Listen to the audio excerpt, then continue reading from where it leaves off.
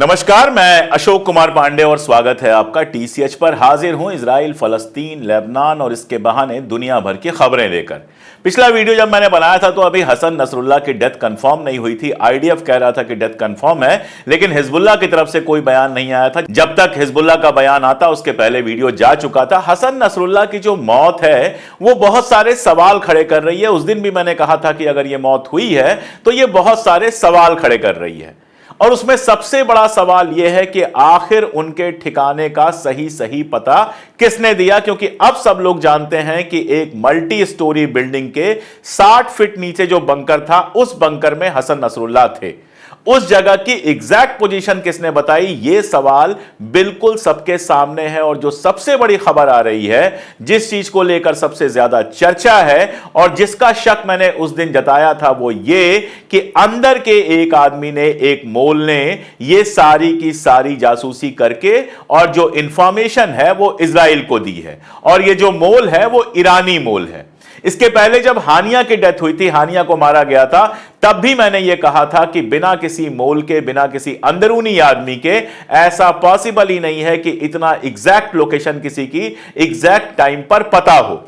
यानी एक बात बहुत साफ साफ समझ आ रही है कि इजराइल और अमेरिका ने मिलकर ईरान, लेबनान और इन इलाकों में बहुत सारे अपने मोल्स बिठा के रखे हैं, बहुत सारे अपने जासूस बिठाकर रखे हैं, जो रहते तो उनके साथ हैं लेकिन सारी खबरें देते रहते हैं इजराइल को। जब तक अंदर के इन एनिमीज से छुटकारा नहीं पाएंगे ईरान और लेबनान, इस तरह के हादसे लगातार होते रहेंगे।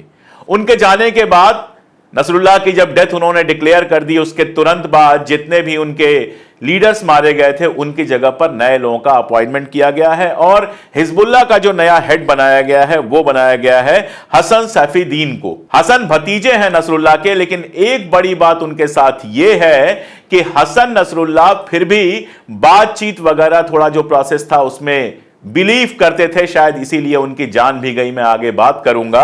हसन जो है, ये नए हसन जो है, हसन सैफीदीन, ये बहुत ज्यादा रेडिकल माने जाते हैं, यानी कि बातचीत की संभावनाएं इनके आने के बाद कम होंगी। अब जब सैफीदीन साहब को बनाया गया हिजबुल्लाह का नया चीफ, जिसके वीडियोस आए, तो इजरायली मीडिया यह कहने लगी कि ये इतने अनइंपॉर्टेंट है, इतना कम इनका रसूख है कि इनके पास ना तो पेजर दिया गया था और ना ही इनको उस बंकर में उनके साथ रहने की इजाजत दी गई थी।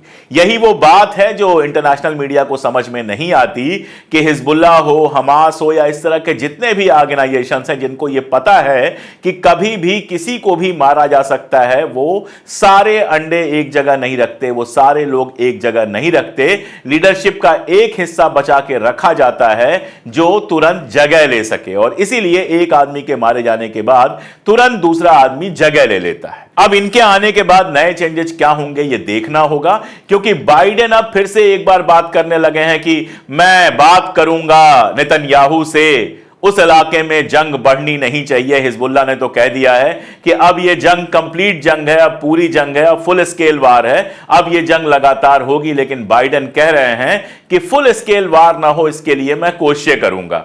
आप इजराइल को पैसे देते रहो, आप इजराइल को हथियार देते रहो, इजराइल आपके दिए हथियार से सारा कुछ करता रहे। आप लेबनान में हिजबुल्लाह के चीफ मारे जाएं तब आप कहो कि इजराइल को सेल्फ डिफेंस का अधिकार है, वो गजा में कुछ भी कर दे आप कहो सेल्फ डिफेंस का अधिकार है, हम उसके साथ खड़े हैं। और उसके बाद कहो कि जंग फुल स्केल पर नहीं जानी चाहिए। अगर ये जंग फुल स्केल पर जा रही है, अगर इतने शहरी मारे जा रहे हैं, अगर दोनों तरफ इतनी परेशानियां हैं, तो उसके लिए जितना जिम्मेदार नेतन्याहू है उतने ही जिम्मेदार आप हैं। लेकिन सबसे मजेदार तो हमारे देश की जो गोदी मीडिया है और हमारे देश का जो आईटी सेल है वो है।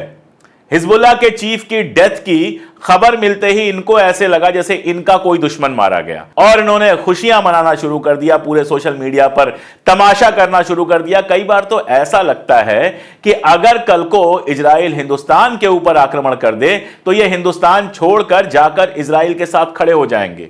जितनी मोहब्बत इनको इजराइल से है उतनी मोहब्बत तो शायद इनको अपने देश से भी नहीं है। ये आईटी सेल जो है मुसलमानों से नफरत के अपने पागलपन में इतना अंधा हो गया है कि उसके समझ में नहीं आ रहा है कि मिडिल ईस्ट में जो कुछ हो रहा है वो हमारे अपने देश के लिए भी बहुत अच्छा नहीं है। अगर ये फुल स्केल वार होती है, अगर ये मामला चलता है और अगर इनको ये गलतफहमी है कि इजराइल हफ्ते भर में वार निपटा देगा, तो एक तो ये मूर्ख है, इसमें तो कोई दो राय है नहीं।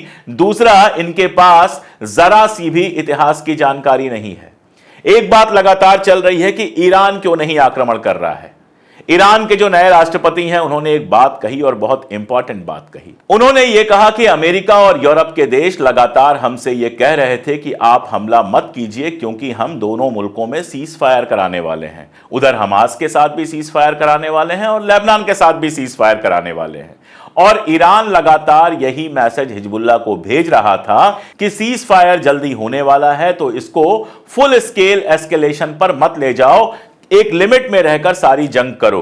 और हिजबुल्लाह यही कर रहा था, एक लिमिट में वो जंग कर रहा था, फुल स्केल पर एस्केलेशन नहीं ले जा रहा था, क्योंकि अमेरिका कह रहा था कि हम सीज फायर करवा देंगे। और आप जानते हैं अमेरिका और फ्रांस जो है लेबनान के साथ एक सीज फायर का प्रपोजल भी लेके आए थे, जिसमें नेतन्याहू की राय भी शामिल थी, ये कहना था अमेरिका का। अब ये सीज फायर प्रपोजल आया और हिजबुल्लाह थोड़ा स्लो पड़ गया कि ठीक है, सीज फायर होने वाला है तो जंग को हम नहीं बढ़ाएंगे। मूल की जानकारी थी। नेतन्याहू जब पहुंचा यूएन में तो यही लगा कि वहां पर अमेरिका फ्रांस सबसे मुलाकात होगी तो सीज फायर का कुछ मसला सामने आएगा, और उम्मीद यह थी कि हमास के साथ भी सीज फायर का मामला आएगा और जंग रुक जाएगी।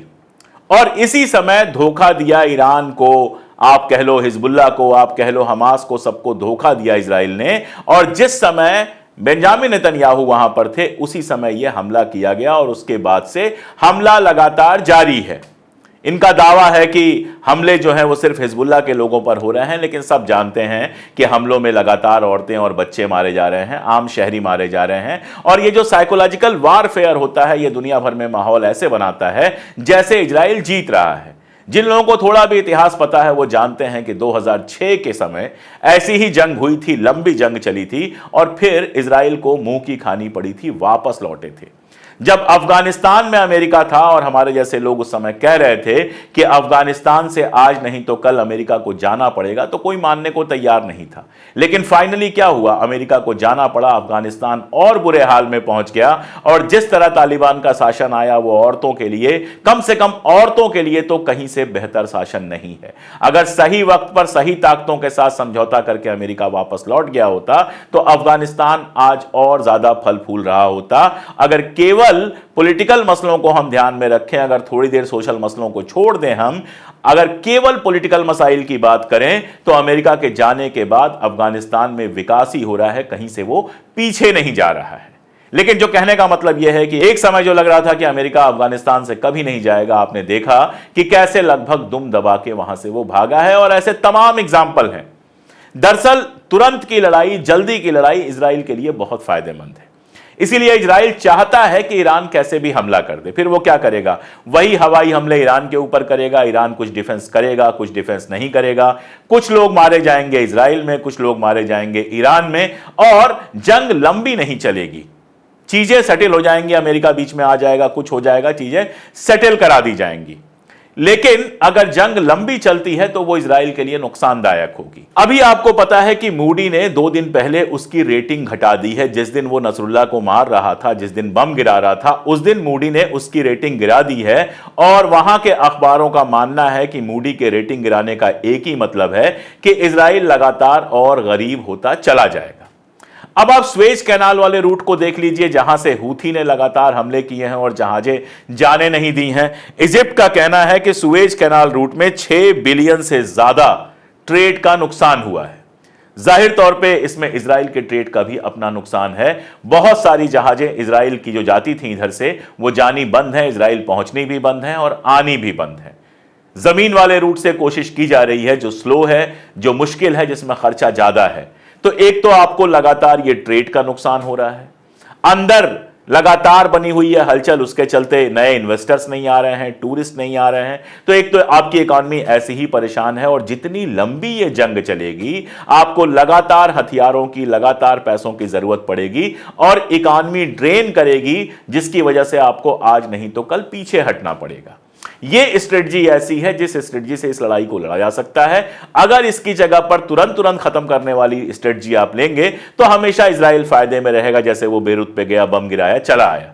लेकिन जमीनी लड़ाई जब शुरू होगी, जब ये लंबी लड़ाई शुरू होगी, तो बुरी तरह से इजराइल वहां पर फंसेगा। आप सोचिए, हमास तो बहुत छोटी सी ताकत थी, गजा छोटा सा इलाका है, 1 साल से ऊपर हो गया, अभी तक हमास को पूरी तरह से खत्म करने का जो एक सोचा था इजराइल ने, वो नहीं कर पाया है।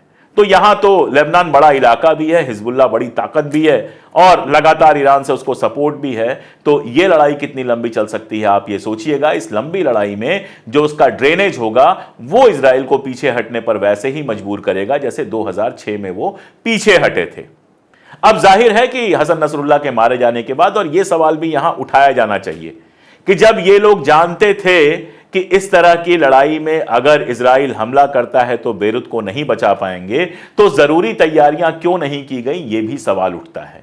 आप जो कुछ करते हो सब दुश्मन को बता देते हो, आपका ड्रोन इजराइल में पहुंचता है, आप उसकी वीडियो बना के डाल देते हो, इजराइल समझ जाता है कि यहां तक आपकी पहुंच है, अपनी सिक्योरिटी और मजबूत कर देता है। लेकिन आप अपनी सिक्योरिटी मजबूत नहीं कर पाए, आप आयरन डोम जैसा कोई डोम नहीं बना पाए, और इसीलिए आज जब जंग चल रही है तो लेबनान में लोगों को इतना झेलना पड़ रहा है। तो जब आपको मालूम था कि सामने इजराइल जैसा दुश्मन है, जब आपको मालूम था कि यूएस उसको हर तरह से सपोर्ट करेगा, तो तैयारी और ज्यादा होनी चाहिए थी। तैयारी नहीं थी, जिसका नुकसान लेबनान के आम लोगों को उठाना पड़ रहा है, ईसाइयों को भी, मुसलमानों को भी, जो भी वहां लोग हैं उनको उठाना पड़ रहा है। और यहां तो मैं मानूंगा कि हसन नसरुल्लाह, हिजबुल्लाह या ईरान का जो पूरा ट्रायंगल है उसकी अपनी गलती थी। देखिए, चाइना आपको सपोर्ट कर देगा, सपोर्ट करके क्या कर देगा, हथियार दे देगा, पैसे दे देगा, रसिया सपोर्ट कर देगा, यूएन में सवाल उठा देगा आपका, पैसे दे देगा, हथियार दे देगा, लेकिन अपनी जंग तो आपको खुद लड़नी है। यह तो कल्पना कोई कर ही नहीं सकता है कि चाइना अपनी आर्मी भेज देगा, या रशिया तो वैसे ही फंसा हुआ है, यूक्रेन से जंग में वैसे ही फंसा हुआ है। ठीक है, उसका हाथ ऊपर है अभी, लेकिन फंसा हुआ तो वो है। नाटो के साथ उसको लड़ाई अगर लड़नी है तो यह आसान लड़ाई तो होगी नहीं। तो यह उम्मीद तो आप कर नहीं सकते हैं कि कोई और अपनी सेना भेजेगा। तो जो भी सहायता आपको मिल रही थी उससे आपको अपनी तैयारी और बेहतर करनी थी। उसमें कहीं ना कहीं कमी तो है, जिसकी वजह से बेरूत में इस तरह की तबाही देखनी पड़ी। लेकिन यह कहना कि हिजबुल्लाह पूरी तरह से खत्म हो गया है, हिजबुल्लाह कुछ कर ही नहीं रहा है, अब हिजबुल्लाह क्या कर रहा है और कितना खत्म हुआ है, इसके लिए कल रात को आईडीएफ ने, यानी इजराइल की डिफेंस फोर्स के ऑफिशियल अकाउंट से जो ट्वीट पोस्ट हुए हैं, उन ट्वीट्स को आप देख लीजिए। इन ट्वीट्स में साफ साफ कहा जा रहा है कि जो हमले हो रहे हैं उसके चलते 1 मिलियन यानी 10 लाख से ज्यादा लोग शेल्टर हाउसेज में चले गए हैं, अपना घर छोड़ के सुरक्षित जगहों पर चले गए हैं। अब मजेदार बात आपको बताऊं कि आईडीएफ अपने ट्वीट में कह रहा है कि 10 लाख लोग शेल्टर हाउस में चले गए हैं।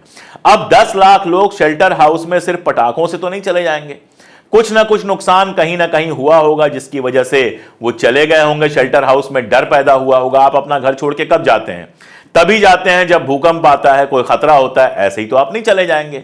लेकिन आप इजरायली अखबार उठा के देख लीजिए, वेबसाइट्स उठा के देख लीजिए, चाहे जेरूसलम पोस्ट हो, चाहे टाइम्स ऑफ इजराइल हो, चाहे दूसरे अखबार हो, आपको एक लाइन की खबर इसकी नहीं मिलेगी। आपको वेस्टर्न मीडिया में भी इसकी खबर नहीं मिलेगी। ऐसा लगेगा जैसे कुछ हुआ ही नहीं है। यह बात जो मैं लगातार आपसे कह रहा हूं और लगातार बता रहा हूं कि इजराइल के अपने नुकसान आपको कभी पता नहीं चलेंगे, क्योंकि एक तो वहां पर मीडिया को पूरी तरह से ब्लैकआउट किया गया है और दूसरा उन खबरों को कभी बाहर जाने नहीं दिया जाता है। इसलिए जंग तो चल रही है, अब जंग शुरू हो गई है। अब यह कहना कि क्या जंग हो जाएगी, जंग कब होने वाली है, यह तो बेकार की बात है। जंग तो चल रही है।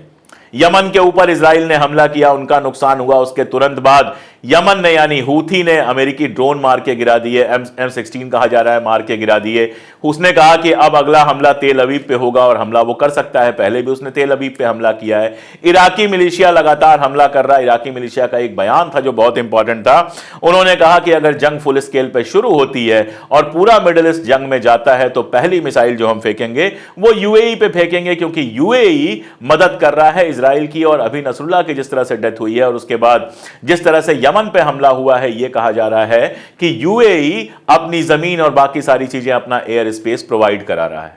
तो एक तो यह जंग होगी तो बहुत अलग तरीके की जंग होगी, और यह जंग बेहद नुकसानदायक होगी। मेरे जैसा हर आदमी यही चाहता है कि जंग ना हो। अगर जंग होगी तो सबके लिए बेहद खतरनाक हो। दूसरी बात यह कि अगर किसी को लगता है कि इस जंग में इजराइल को कोई नुकसान नहीं होगा, तो अभी फिर से उनके एक एक्स मोसाद चीफ का बयान आया है। वो बयान स्क्रीन पर आप देख पा रहे हैं, वो बयान मैंने लगा दिया है।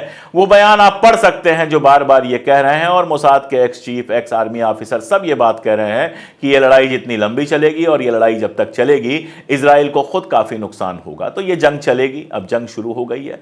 जंग केवल एक मुल्क रुकवा सकता है, अमेरिका, और मुझे नहीं लगता कि जब तक वहां चुनाव नहीं हो जाता है। आप जानते हैं चुनाव के पहले कमला हैरिस और ट्रंप दोनों खुद को ज्यादा से ज्यादा ज्यू समर्थक, ज्यादा से ज्यादा इजराइल समर्थक साबित करने में लगे हुए हैं। तो दोनों में से कोई, ट्रंप तो रोक भी नहीं सकते हैं, बयान ही दे सकते हैं, लेकिन कमला हैरिस और बाइडेन भी मुझे नहीं लगता है कि इसको रोकने के लिए कोई बड़ा कदम उठाएंगे। बात क्या बात तो उनकी होती ही रहती है, किसी बात से कोई बात निकल के आई नहीं है। इस बार निकलेगी कि नहीं निकलेगी, इस बारे में कुछ भी कह पाना बहुत मुश्किल है। अब इस पूरे वार में अरब वर्ल्ड की क्या भूमिका होगी, यह देखने वाली बात होगी।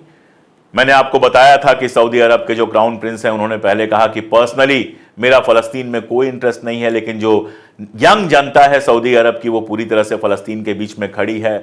उन्होंने बीच में एक यूरोपियन कुछ कंट्रीज के साथ मिलकर एक फेडरेशन भी बनाया है फलस्तीन की आज़ादी के लिए।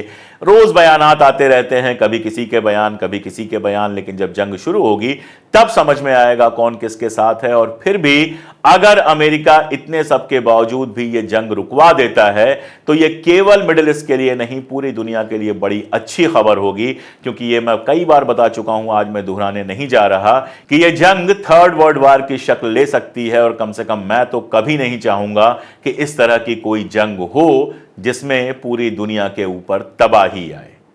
अब आगे क्या होगा, कैसे होगा, जब होगा, जैसे जैसे होगा, मैं अपडेट करता रहूंगा। जुड़े रहिए हमारे साथ। वीडियोस पसंद आते हैं दूर तक पहुंचाइए। अगर हमारी मदद करना चाहते हैं तो 3 रुपए रोज से भी कम पे हमारी मेंबरशिप ले सकते हैं। बाकी सारे तरीके भी हमारे पिन कमेंट में हैं, हमारे डिस्क्रिप्शन में है। आप पर है, आपको अगर लगता है कि हक की आवाज़ बुलंद होनी चाहिए तो वीडियोज़ को जहां तक पहुंचा सकते हैं और हमारी जैसे मदद कर सकते हैं ज़रूर करें। आज के लिए इतना ही, बहुत शुक्रिया।